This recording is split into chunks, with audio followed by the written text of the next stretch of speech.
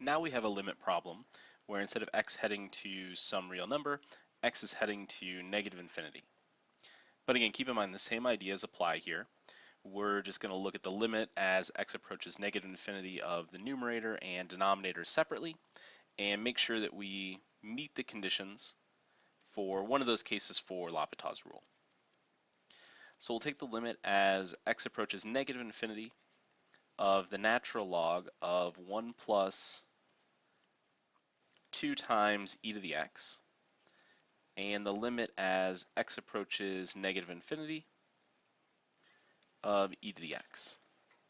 So in order to demonstrate the limit for that first function, we'll actually start with the second function because we have e to the x here and then a more complicated expression with e to the x bundled in there. So we'll start by looking at the limit as x approaches negative infinity of e to the x.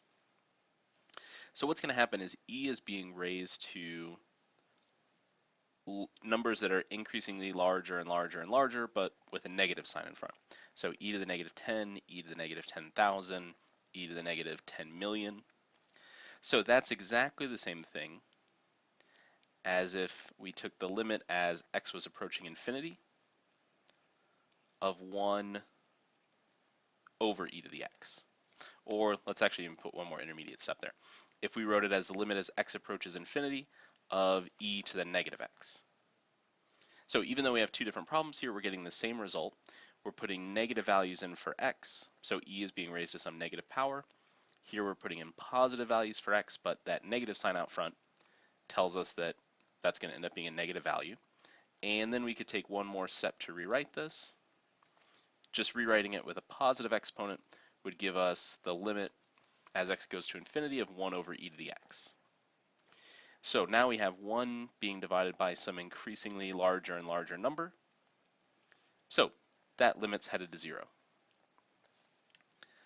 Similarly here, we have the limit as x approaches negative infinity of this expression with an e to the x in there. So this portion of it, that e to the x is headed to 0, which means that our limit is headed to the natural log of 1 plus 2 times 0, or just times 0. So it's headed to the natural log of 1, which is 0, and the conditions are met. So we can move on by differentiating each of those functions.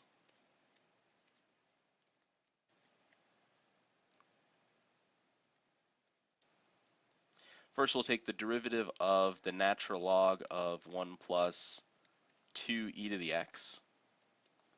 That's going to be 1 over 1 plus 2 e to the x times the derivative of that interior function, which will be 2 e to the x. And then we'll take the derivative of e to the x, which is just e to the x. So this means our limit problem becomes the limit as x approaches negative infinity of 2 e to the x over 1 plus 2 e to the x times 1 over e to the x. So again, that's just this function over e to the x, but just written as the product of two fractions. So e to the x over e to the x is going to cancel out, which gives us the limit as x approaches negative infinity of 2 over 1 plus 2 e to the x. So just like it did back here in the verification step, this 2 e to the x portion is headed to 0. So our limit's headed to 2 over 1 plus 0, or just